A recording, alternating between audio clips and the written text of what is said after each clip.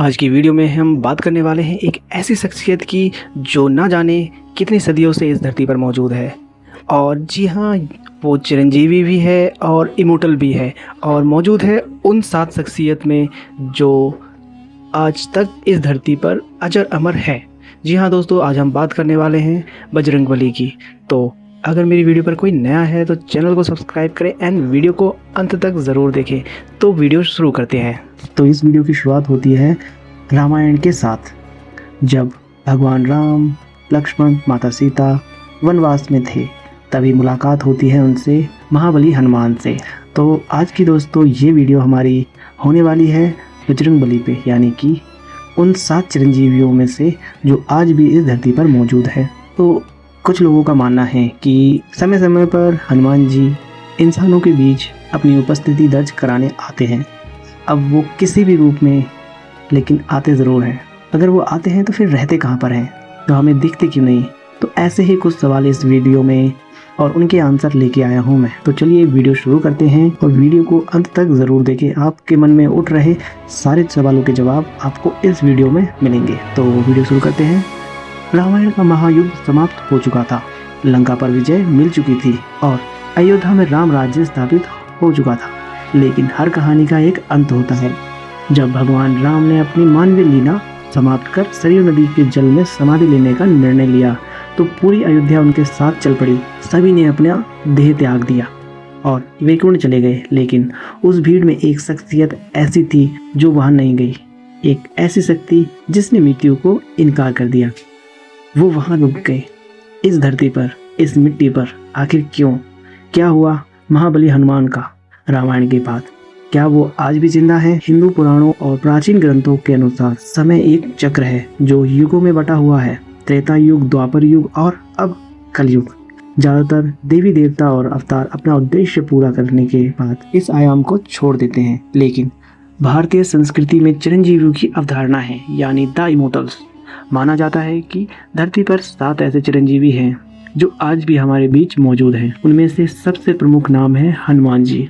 यह भक्ति की कहानी नहीं, बल्कि यह एक ऐसी खोज है उनके उस सफ़र की जो रामायण के बाद शुरू हुआ। महाभारत के युद्ध से लेकर आज के कलयुग तक हनुमान जी की भूमिका क्या रही, आइए इतिहास के पन्नों को पलटते हैं। हनुमान जी के रामायण के बाद रुकने की कहानी उनके अमर होने के वरदान से शुरू होती है। लेकिन दिलचस्प बात यह है कि उन्हें अमरता का वरदान किसी एक घटना से नहीं, बल्कि यह कई आशीर्वादों का संगम था। सबसे पहले बचपन में जब उन्होंने सूर्य को निगल दिया था, तब इंद्र और अन्य देवताओं ने उन्हें शस्त्र मुक्त और मृत्यु मुक्त का वरदान दिया था। लेकिन विशेष रूप से चिरंजीवी होने का वरदान उन्हें माता सीता से अशोक वाटिका में मिला था। जब हनुमान जी ने उन्हें राम की मुद्रिका यानी अंगूठी दी थी, तब सीता जी ने कहा था, अजर अमर गुणिनिध सुत होए, यानी तुम कभी बूढ़े नहीं होंगे और कभी मरोगे नहीं। लेकिन असली मोड़ तब आया जब भगवान राम धरती छोड़ रहे थे। वाल्मीकि रामायण और पद्म पुराण के अनुसार जब राम ने सरयू नदी में प्रवेश किया तो उन्होंने हनुमान से कहा कि वह उनके साथ वैकुंठ चल सकते हैं। लेकिन हनुमान ने इनकार कर दिया। हनुमान का तर्क बहुत स्पष्ट और भावुक था। उनका कहना था, जब तक इस धरती पर राम का नाम लिया जाएगा मैं यहीं रहूंगा। उन्हें मुक्ति नहीं चाहिए थी, उन्हें भक्ति चाहिए थी। राम ने उन्हें ब्रह्म कल्प के अंत तक धरती पर रहने का उद्देश्य दिया। यही वह पल था जहाँ से एक नई टाइमलाइन शुरू हुई। राम चले गए, युग बदल गया, लेकिन हनुमान वहीं रुके रहे। लेकिन सवाल यह है कि अगर यही है तो वह कहाँ गए? रामायण खत्म हो गई, लेकिन हनुमान जी का सफर अभी बस शुरू हुआ था। अगला पड़ाव था एक नया युग। तकनीकी रूप से रामायण के बाद हनुमान जी का निवास स्थान कहाँ बना? श्रीमद् भागवत एक विशिष्ट जगह का जिक्र करती है जिसमें किम पुरुष वर्ष कहा जाता है। पौराणिक भूगोल के हिसाब से यह हिमालय के उत्तर में स्थित एक क्षेत्र है। कई विशेषज्ञ और ग्रंथ मानते हैं कि हनुमान जी गंधवन पर्वत को अपना स्थान बनाए हुए हैं। ध्यान रहे, यह वो गंधवन पर्वत नहीं है जो रामायण में संजीवनी लाने के लिए उठाया गया था, बल्कि यह कैलाश पर्वत के पास एक रहस्यमय स्थान माना जाता है जो आम इंसानों की पहुंच से दूर है। यहाँ हनुमान जी की भूमिका बदल गई। वह अब सिर्फ एक योद्धा नहीं थे, वह एक ऋषि की तरह ध्यान मग्न हो गए। भगवान के अनुसार वह वहाँ गंधर्वों के साथ रहते हैं और निरंतर राम कथा सुनते हैं और गाते हैं। इस चरण में हनुमान जी का स्वरूप भी बदला।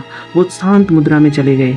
उनका काम था ज्ञान का संचार करना, आने वाले युगों के लिए धर्म और राम के उद्देश्य को जिंदा रखना। वो भौतिक दुनिया में हस्तक्षेप कम करते हैं, लेकिन आध्यात्मिक दुनिया में उनकी उपस्थिति मजबूत थी। लेकिन ऐसा नहीं था कि वह पूरी तरह से गायब हो गए थे।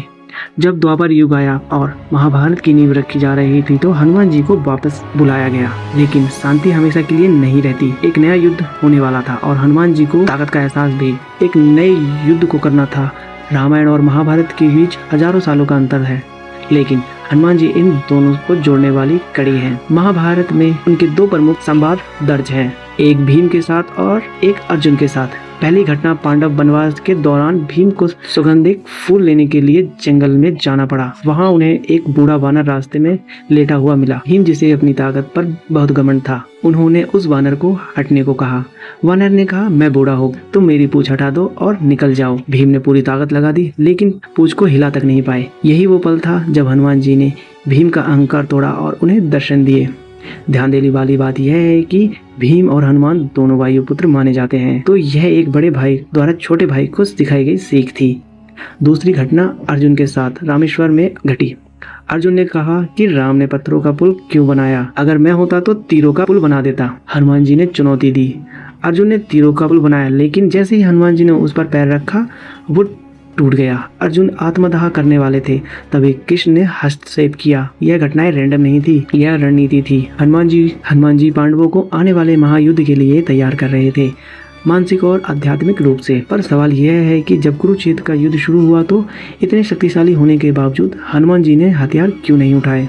कुरुक्षेत्र के मैदान में जब दुनिया की सबसे बड़ी सेनाएं आमने सामने थीं, हनुमान जी शारीरिक रूप से वहां मौजूद थे, लेकिन एक अलग रूप में वो अर्जुन के रथ की ध्वजा पर विराजमान थे। इसे कपिध्वज कहा जाता है, लेकिन उनका वहां होना सिर्फ सजावट नहीं था, इसका एक बहुत बड़ा भू राजनीतिक और सुरक्षात्मक प्रभाव था। कर्ण, द्रोण और भीष्म जैसे योद्धाओं के पास दिव्य अस्त्र थे। कर्ण के पास ऐसी शक्ति थी जो अर्जुन के रथ को राख बना सकती थी। शास्त्र कहते हैं कि हनुमान जी की गर्जना दुश्मन की सेना में डर पैदा करती थी और सबसे महत्वपूर्ण वो रथ स्थिर रखते थे। इसका सबसे बड़ा सबूत युद्ध के आखिरी दिन मिला। जब युद्ध खत्म हुआ, कृष्ण जी ने अर्जुन को पहले उतरने को कहा। फिर कृष्ण उतरे। जैसे ही कृष्ण ने हनुमान जी को ध्वजा से मुक्त होने का संकेत दिया, वैसे ही पूरा रथ धधकने के साथ जलकर राख हो गया। अर्जुन हैरान रह गए। तब कृष्ण ने समझाया, यह रथ तो कब का दिव्य अस्त्रों से जल चुका था। यह सिर्फ मैं और हनुमान थे जिसने इस रथ को अब तक जोड़े रखा। यह हनुमान जी ने दिखाया कि शक्ति सिर्फ हमले में नहीं बल्कि बचाव में होती है। उन्होंने बिना एक भी अस्त्र उठाए पांडवों की जीत निश्चित की थी। महाभारत खत्म हुई, द्वापर युग खत्म हुआ, अंधेरा छाया और कलयुग की शुरुआत हुई। क्या इस नए युग में हनुमान जी वापस गंधर्व पर्वत चले गए? नहीं, इस बार वो लोगों के बीच आए। कलयुग में हनुमान जी की भूमिका रक्षक में बदलकर मार्गदर्शन की हो गई। पिछले हजारों सालों से इतिहास को देखें तो भक्ति आंदोलन के दौरान हनुमान जी के दर्शन के कई दावे किए गए हैं। सबसे प्रसिद्ध है 16वीं शताब्दी में गोस्वामी तुलसीदास का किस्सा। कहा जाता है कि वाराणसी में तुलसीदास को बताया गया था कि अगर राम से मिलना है तो पहले हनुमान को ढूंढो। कहानी के अनुसार एक मंदिर के बाहर सबसे आखिर में बैठने वाले एक कोढ़ी के रूप में तुलसीदास ने हनुमान जी को पहचाना था। उन्हीं की प्रेरणा से तुलसीदास जी ने रामचरितमानस लिखी, जिसने पूरे उत्तर भारत में भक्ति की लहर दौड़ा दी। इसी तरह 7वीं शताब्दी में छत्रपति शिवाजी महाराज के गुरु समर्थक रामदास ने पूरे महाराष्ट्र में 11 हनुमान मंदिर की स्थापना की।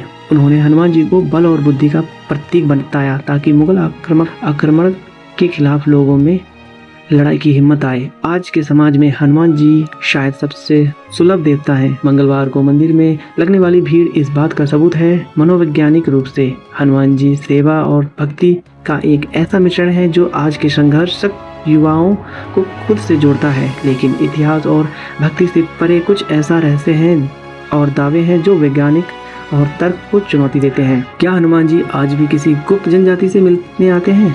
अब आते हैं कहानी के सबसे विवादित और रहस्यमयी हिस्से पर। इंटरनेट पर पिछले कुछ सालों से एक थ्योरी वायरल हुई है। श्रीलंका की मतंग जनजाति दावा किया जाता है कि श्रीलंका के घने जंगलों में मतंग नाम की एक आदिवासी जनजाति रहती है जो पूरी दुनिया से कटी हुई है। इनका मानना है कि हनुमान जी हर 41 साल में इनसे मिलने आते हैं। कथित तौर पर आखिरी मुलाकात 2014 में हुई थी। कहा जाता है कि यहाँ के लोग एक लॉक बुक बना रखते हैं जहाँ वह हनुमान जी के साथ हुई बातचीत को लिखते हैं। हालांकि मुख्य धारा के मानव विज्ञान या विज्ञान ने इसकी पुष्टि नहीं की है। यह एक शहरी किंवदंती भी हो सकती है, लेकिन यह दर्शाता है कि लोगों का विश्वास कितना गहरा है। एक और अज्ञात तथ्य जो बहुत कम लोग जानते हैं, हनुमान जी भविष्य पुराण के अनुसार हनुमान जी का सफर सिर्फ चिरंजीवी होने तक सीमित नहीं है। सूर्य पुराण में उल्लेख है कि अगले कल्प में हनुमान जी नई दुनिया के ब्रह्मा बनेंगे। जी हाँ, वह अपनी तपस्या से उस पद के लिए योग्य बन रहे हैं। इसके अलावा एक भविष्यवाणी यह भी है कि कलयुग के अंत में जब कल की अवतार धरती पर आएंगे तो हनुमान जी वापस आएंगे उनकी मदद करने के लिए। जैसे उन्होंने राम और अर्जुन की मदद की थी, वैसे ही वह कल्कि को शस्त्र और ज्ञान देंगे ताकि अधर्म का नाश किया जा सके। एक थ्योरी यह भी है कि यति या बिगफुट जो साइटिंग हिमालय में होते हैं वो वास्तव में हनुमान जी हैं। हालांकि यह पूरी तरह अटकलें हैं, लेकिन मिस्ट्री लवर्स के लिए यह एक बड़ा विषय है। इन सभी दावों, कहानियों और भविष्यवाणियों के बीच हमें रुककर यह सोचना होगा कि हनुमान जी की अमरता का असली मतलब क्या है। युग बदलते हैं, लोग बदलते हैं, तकनीक बदलती है, लेकिन धर्म की रक्षा के लिए एक शक्ति हमेशा स्थिर रहती है, हनुमान जी। वह पहाड़ उठाते हैं, महाभारत में वह शक्ति से ध्वज पर बैठते हैं और कलयुग में वह तुलसीदास जैसे लेखकों को प्रेरित करते हैं। यह दिखाता है कि समय के साथ शक्ति का रूप बदलना चाहिए। हनुमान जी सबसे शक्तिशाली होने के बावजूद हमेशा एक सेवक और शिष्य बने रहे। उनका अमर होना शायद इसलिए जरूरी है ताकि वे हमें याद दिला सकें कि ज्ञान और विनम्रता ताकत से ज्यादा महत्वपूर्ण है। शास्त्रों के हिसाब से वो तब तक रहेंगे जब तक राम कथा रहेगी। इसका आध्यात्मिक मतलब यह है कि जब तक इंसानियत में सच्चाई और त्याग की कहानियां जिंदा हैं, तब तक हनुमान जी की ऊर्जा इस धरती पर सक्रिय रहेगी। वो कोई शरीर नहीं बल्कि एक चेतना है। क्या वो आज हमारे आसपास है? जवाब शायद हाँ और शायद नहीं। रामायण के बाद हनुमान जी का क्या हुआ? इसका जवाब किसी एक जगह पर नहीं मिलता।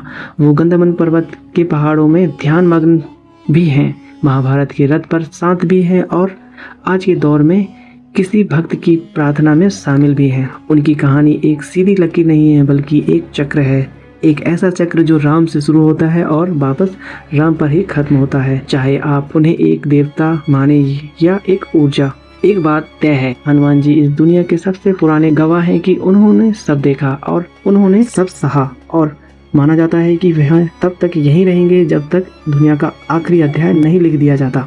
शायद अगली बार जब आप हिमालय की हवाओं को महसूस करें या किसी मंदिर की घंटी की आवाज़ सुने तो याद रखिए, हो सकता है कोई वहाँ चुपचाप बैठा बस मुस्कुरा रहा हो अपने प्रभु के अगले आदेश के इंतज़ार में, क्योंकि कहानी अभी खत्म नहीं हुई, कहानी अभी शुरू हुई है। अगर मेरी वीडियो पर कोई नया है तो चैनल को सब्सक्राइब करें।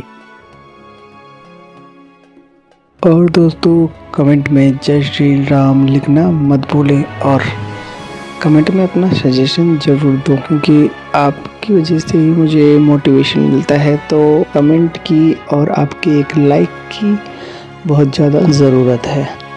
तो मिलते हैं एक और नई वीडियो के साथ।